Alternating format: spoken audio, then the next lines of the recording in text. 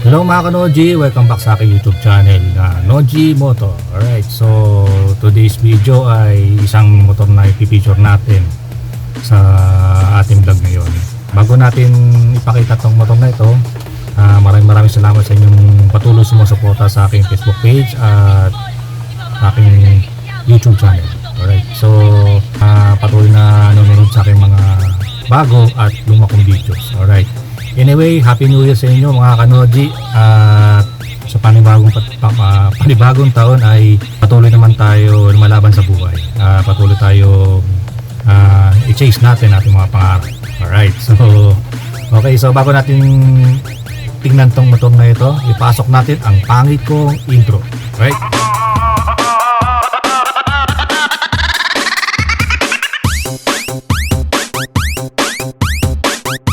Okay mga ka-Noji, so itong motor picture natin, isang papakita natin motor ay isang Suzuki Smash. Yan, yung nakikita nyo sa screen. Alright, so medyo kilala nyo na to around dito sa may Kawayan, Bulacan. Alright, anyway, shoutout sa may-ari nito, si Boss JJ, may-ari ng JJ Garage. Yan. So ano rin to pagkakalang ko member din siya ng THDM Elites Zone Bulacan yata, pagkakalang ko yung nagkakwentuhan kami last time. Boss JJ, sensya na medyo na-late tayo sa pagbablog kasi medyo busy tayo sa buhay. Nakakaya naman sa iyo. Alright, dapat sana kasi nakita ko na to personally, itong motor niya. Medyo alangan ko pa sabihin sa kanya kung i-vlog natin itong motor, na lang natin, i-moto picture na lang natin to. Okay, so balik tayo dito sa motor na ito. Alright, so motor na ito ay Suzuki Smash 115. Yan. Alam ko card type to So ito ang kanyang build na Vans concept. Yan, classic Vans kung tatawagin. Bali na ito sa non-pro category itong motor na ito. So sabi sa akin ni Boss JJ, karamihan dito ay import na pyesa. Yan. Bali itong motor na ito, kung nakita ko ito personally, talagang mapa-wow ka talaga sa mga nilagay niyang pyesa rito nilagay niya rito sa motor na ito, yung mga pyesa at iba pang mga nilagay niya dito. Talagang kahit ako, na-amaze ako dito. Talagang malinis, maganda yung starting point niya paglagay ng pyesa rito sa kanyang motor. Tsaka syempre mga members ng TSDM Elites, talagang kung ano yung susundin nilang proper build sa isang street bike o Vans concept. Kasi mostly naman kasi sa tayong concept sa kanila sa THDM, talagang kung ano yung rules ng guidelines na nilalabas ng kanilang grupo, talagang yung marami ka talaga matutunan dito sa pagbibuild ng motor. Yan, lalo na yan sa grupo ng THDM Elites. Yan. Anyway, shoutout kay Prime Time, yung kanilang big boss dyan, si Sir Nino. Yan, si Sir Nino ng pinaka founder ng THDM Elites Philippines. Yan. Bali sa kanila bumabase ang kanilang mga rules kagaya regarding sa motor show. Siyempre mga judge nila ay karamihan mga THDM Elites. Talagang yung mga hindi mo talaga maloloko sa mga pagdating sa pyesa, kung ano yung proper at iba pang mga tungkol sa konsepto o kaya sa culture ng galing sa Thailand. Yan. Alright, so balik tayo dito sa motor. Medyo napakaba tayo. Alright, so yan yung kanyang motor, itong kanyang build. Yan, kung titingnan nyo, simple pero silipin natin yung bawat pyesa. Hindi na ako magbabanggit ng pyesa kasi alam nyo na yan sa mga hardcore enthusiast hardcore talaga sa mga Thai concept. Yan. So tingnan natin, silipin natin kasi ako nakita ko to personally, talagang meron palang ganito. Yan, meron talagang ganitong pyesa para for Suzuki. Yan. Alam naman natin yan, siyempre bihira tayo makakita ng mga ganito sa motor show, mga ganitong kalinis talaga. Yan. Ang kwento sa akin ni Boss JJ, ang owner nitong motor na ito, talagang makikita talaga ng mga admins ng HDM, talagang talaga itong build na to ay mapapagbibigyan talaga. Ibig sabihin talagang agree talaga to sa grupo. Ayan, mga ganitong kaya sa mga sa mga Suzuki users, yung mga Suzuki Smash, yan, para sa inyo tong video na to, para kahit paano may dagdag idea sa ganitong execution ng ganitong pyesa para dito sa Suzuki Smash. Alright, so silipin natin yung mga bawat detalye nito. Saan tayo tayo dito? Dito tayo sa yan, dito sa handle grip niya. Yan, Suzuki din. Yan, bihira tayo makakita ng ganyan. Yung Suzuki na handle grip, stock yan.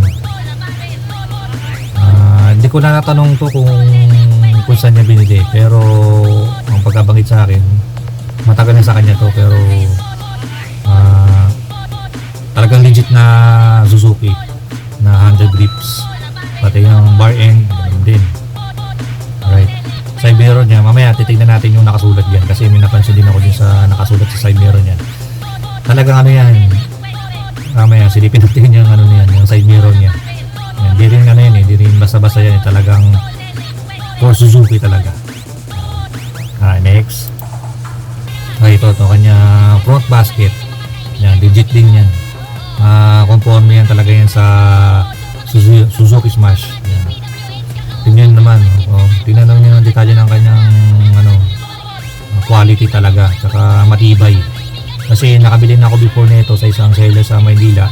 Sinabi ko yung sa wave ko, siguro mga after 1 year nasira kagad. Siyempre sa sobrang kung ano nilalagay ko, tapos exposed pa sa init tsaka sa sa lamig, ulan.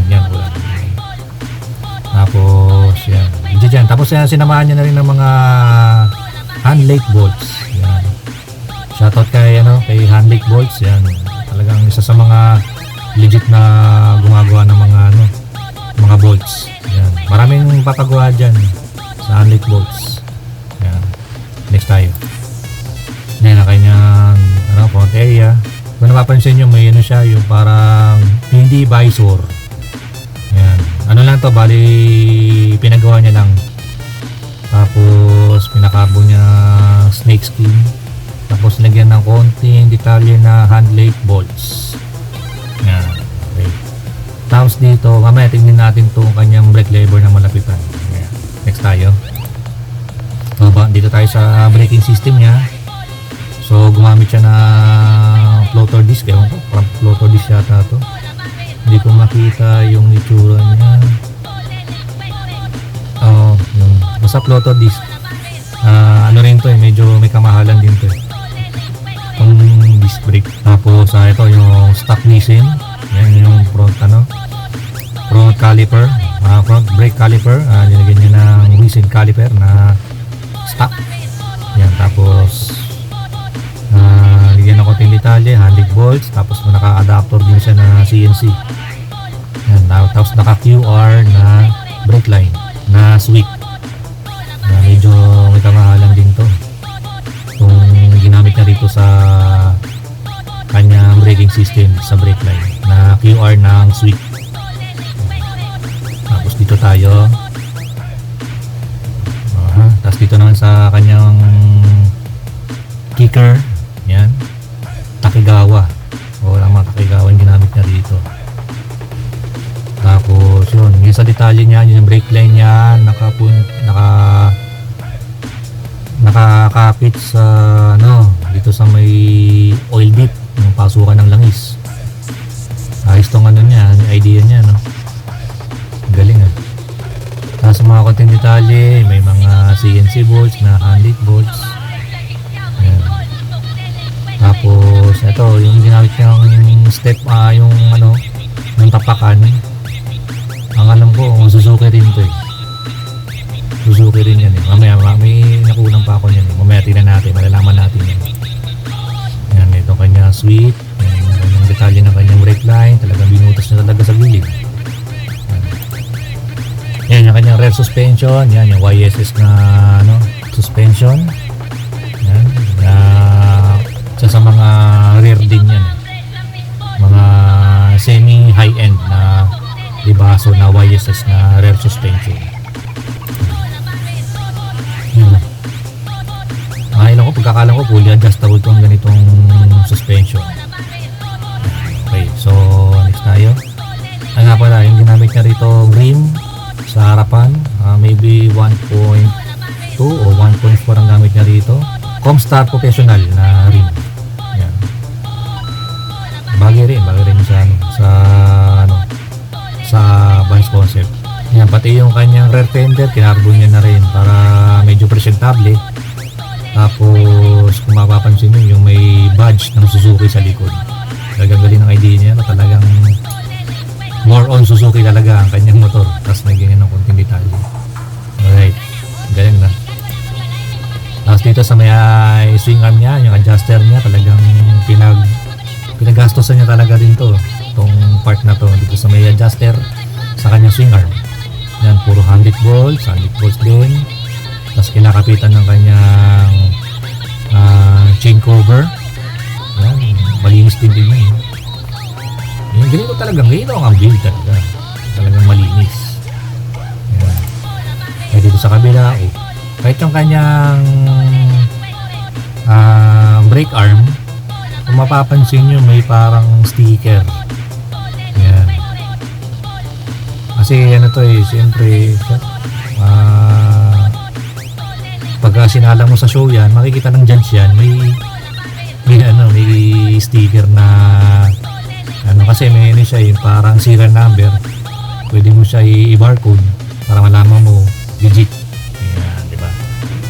Pati yung niya, yung brake rod niya, ganun din. Linis din tignan, siguro legit din to. Kanyang brake arm. Pati yung kanyang stock din. Stock din ng kanyang brake panel. Yan, yun sa brake shoe. Yan. Next tayo. Yan, dito sa may part ng kambyuhan. Yan, talagang pati yung Suzuki everywhere. Tapos dito sa may stator cover niya, yung katabi ng kanyang engine sprocket cover, binburan niya rin ng carbon, snakeskin carbon. And konting detalye, 100 volts din talagang malinis talaga rito, wala akong masabi, talaga malinis talaga nung nakita ko to personally. Talagang pinag-isipan talaga yung nito, pinag-isipan, ginastusan, everything. Talaga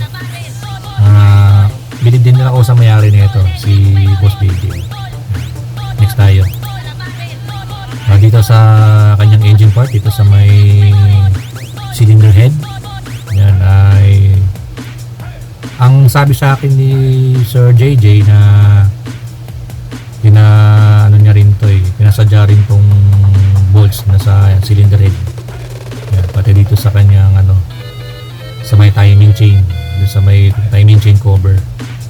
Yan, nilagyan niya rin ng konting detalye na 100 volts. Yan, tingnan natin mamaya yan. Yan, ito ang kanyang front hub. Tapos CNC rin na 100 din. Yan, ang kanyang pito. Talagang yung ultimo pito talaga Suzuki. Tingnan mo naman. Diba? Kaya lahat talagang pyesa talaga na puro Suzuki. Suzuki all the way. Alright, next tayo. Tapos yan ang kanyang detalye rito sa mga spacer dito sa harapan. Yan, handbrake bolts din. Kanyang floater disc. Yan.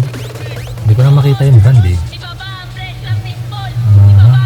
Mamaya makikita natin kung ano yung brand ng kanyang display. Yan, ang kanyang sticker. Legit na rin kanyang sticker. Ganun din talaga kung ano yung stock ng sticker ng Suzuki 115. Yun talaga ang sticker. Ay, ito.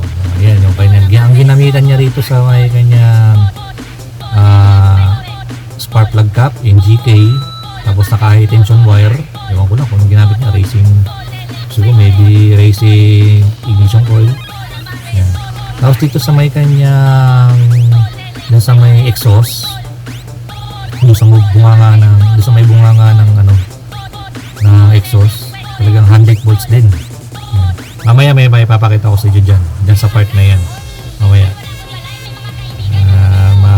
Talagang ma-miss kahit ultimo ilalim. Mamaya papakita ko sa inyo. Yan, kanyang yan, sa may oil cap, papuntang ano. Ang galing yun, no? May idea rin ako rito sa motor na ito. Yan. Tapos ito legit din to. Ito kanyang sa may sa brake lever. Yan, sa brake lever, Suzuki rin. Pati yung sa may DOT cap, sa may brake fluid, talagang Suzuki rin yan. Galing talaga.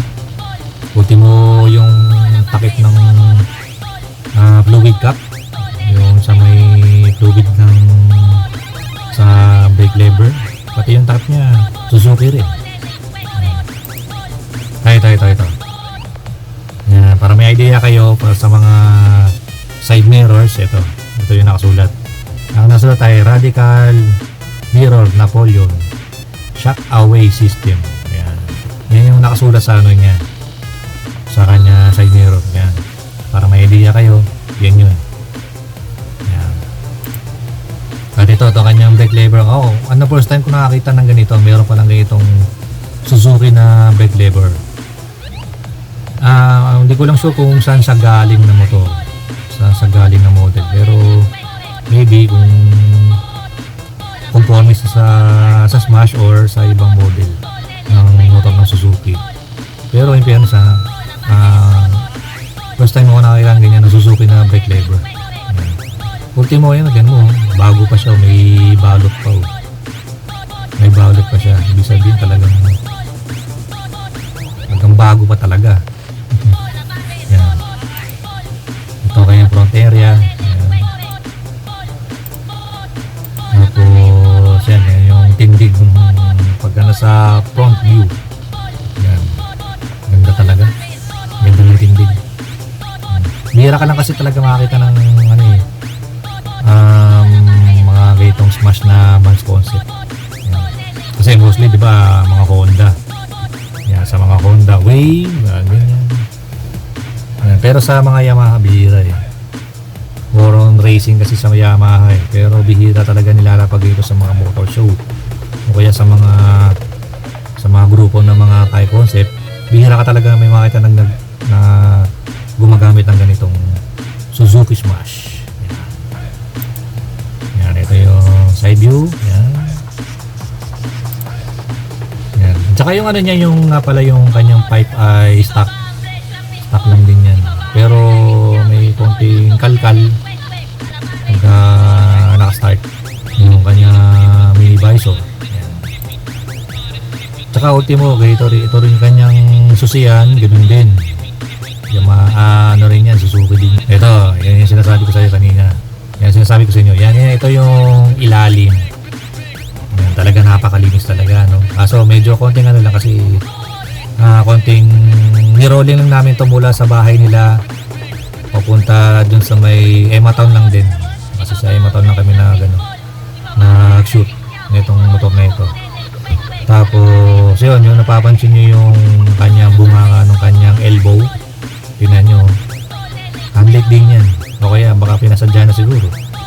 Tapos dito sa may mga konting mga detalye na puro andit bolts, yan mga stainless na foot peg. Yan. Talagang malinis talaga.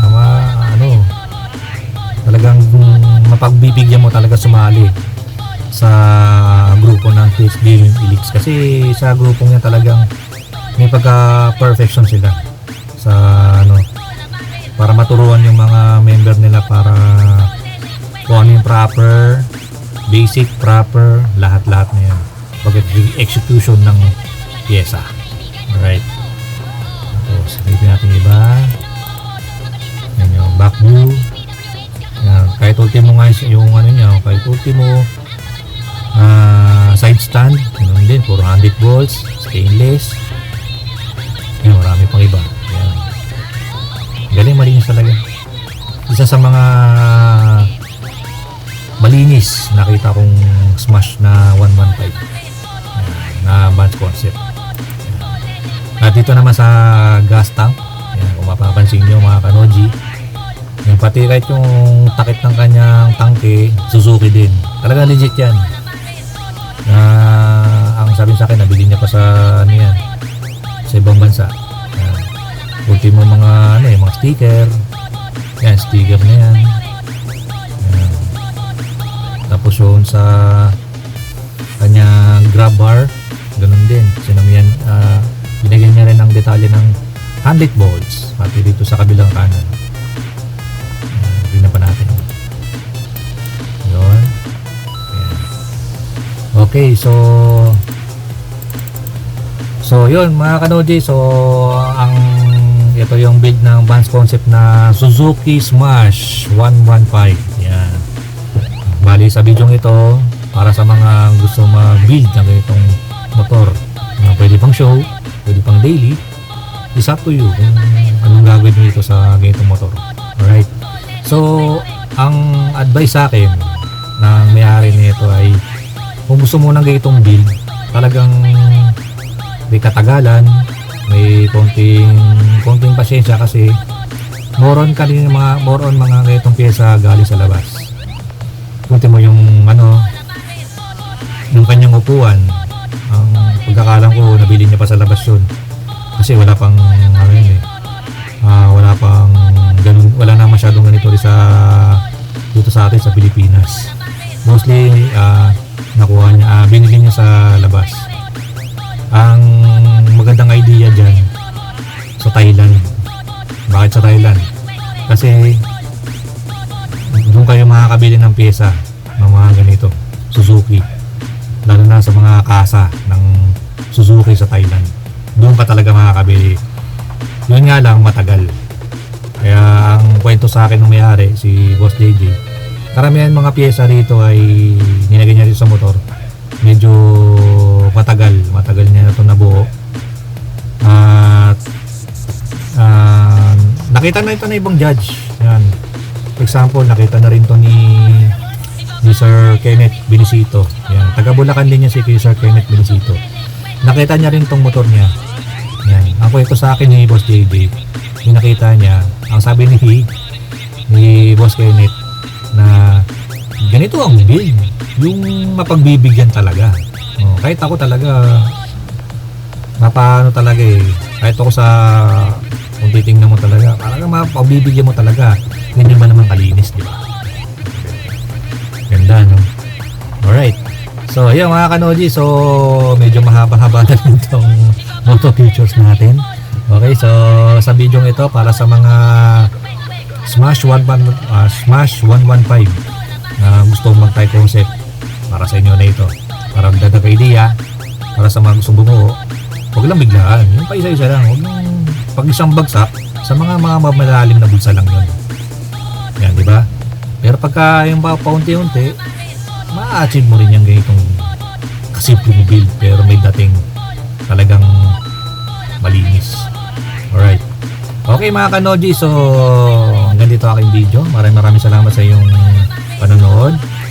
Wala kwenta kong explain dito sa nagagawa ko. Pasensya lang mga kanoji, medyo gabi na.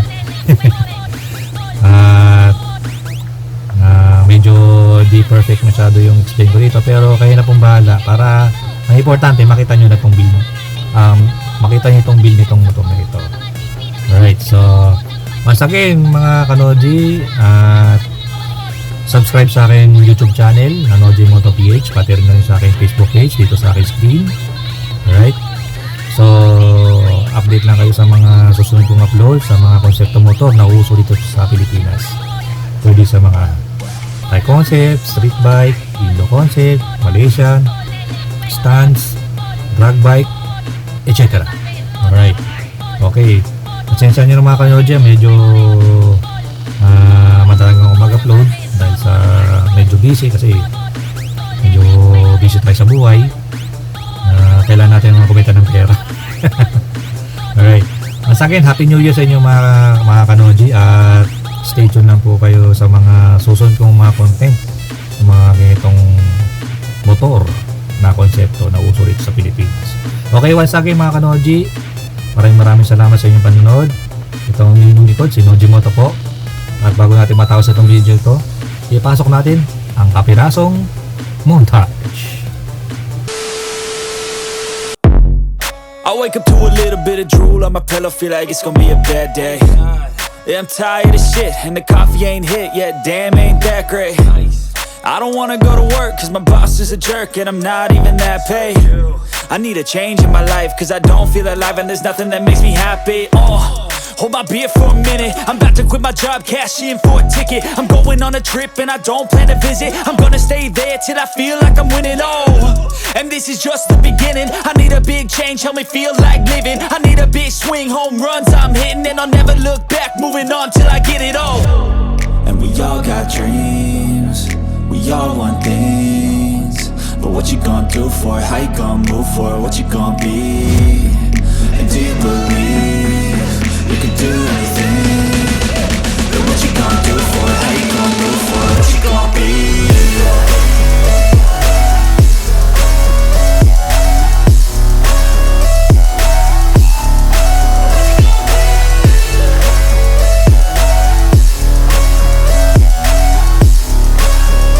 Let's go! Hey! Yeah, this is my life, my strife, my right to fight, to die on. And this is my game to play, to claim a brand new name, and I ain't gonna lie to you, I'm a bit nervous that I might screw everything up that I've ever done. But what's the point of living if you ain't having fun? I guess I'll try this, try that, might miss, gotta find what I'm good at. I guess I look here, look there, over where am I scared, where am I at? I gotta make it